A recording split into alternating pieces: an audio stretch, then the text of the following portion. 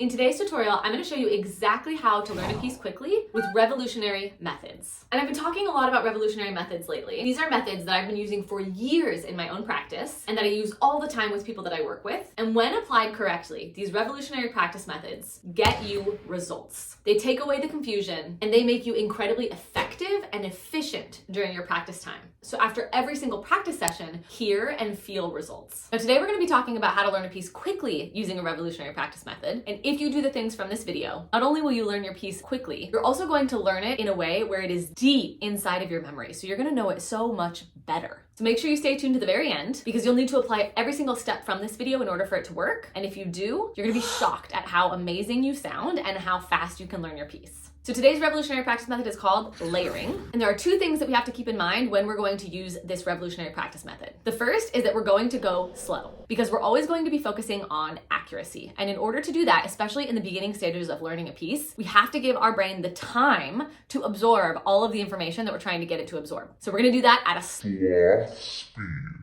Don't worry, I promise you the speed will come. The other thing that we're going to do to ensure that this method works is we're going to work in small sections. I'm talking like one measure or two measures at a time. Once you get this revolutionary practice method down and you're more familiar with the process, you can work in like 4 measure sections, but especially the very first time you try it, I want you to work with 1 measure. This is going to get you the results a lot faster, and it's going to help you see how this practice method works, and then you can apply it to other sections in your music. All right, so the first thing that we're going to do with our measure that we've chosen is we are going to, right in the counting, turn on our metronome to a very slow speed, probably about 40 BPMs, and we're going to tap and count the rhythm out loud. Do not skip this step. I know there are going to be those of you that are watching this video that are going to think that this step is not that important, but it is one of the most important steps of the entire process. The whole entire purpose of this step is to get the rhythm to feel comfortable so that the symbols that you're seeing on the page of how many counts each note gets start to become internalized and they start to match up with the external pulse of the metronome. When we tap and count out loud, we are also really giving our brains a chance to focus on the coordination of how the hands are going to work together. But we're doing it in a very structured way where we're telling them exactly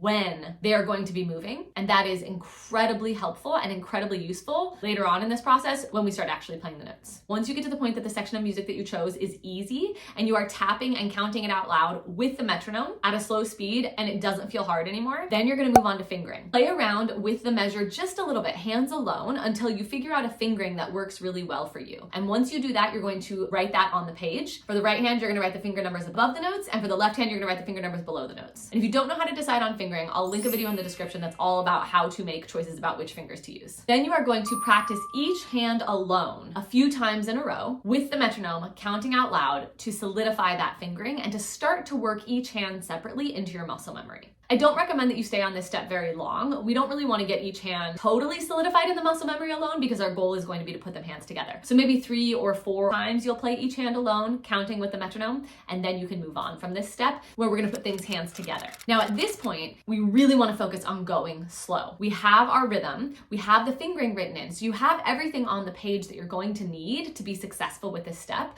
But where people usually go wrong here is they just try to rush. They just try to do it way too fast, and that's where those mistakes start to creep in, and that's where you start to get really frustrated. And this is often the step where people kind of sabotage the whole method and it doesn't work. Still 40 BPMs or even slower than that. And you're gonna work just in that one measure to get it hands together, counting out loud. If you can't do this and it feels impossible and you're getting stuck, on the first beat or the second beat and you keep making mistakes and it's not working for you, then I would highly suggest at this point, you start to utilize other revolutionary practice methods. The post-it method is a really great one to use at this step. And if you don't know what that is, I recently did a live stream on it where I described it in detail. And so I'll link that in the description as well. Now, once you can play through the measure, counting out loud with the metronome, hands together, then we add articulation. So any staccatos, legatos, 2-note slurs, anything like that that we see in the measure. And once you've done that enough times in a row that feels easy, then you add dynamics. Any of the other symbols that you see in the score that you haven't addressed yet, you layer those on at this very last step. If you go slow and if you work in a small section, you will be able to do this. And I know it sounds like it's going to take a really long time.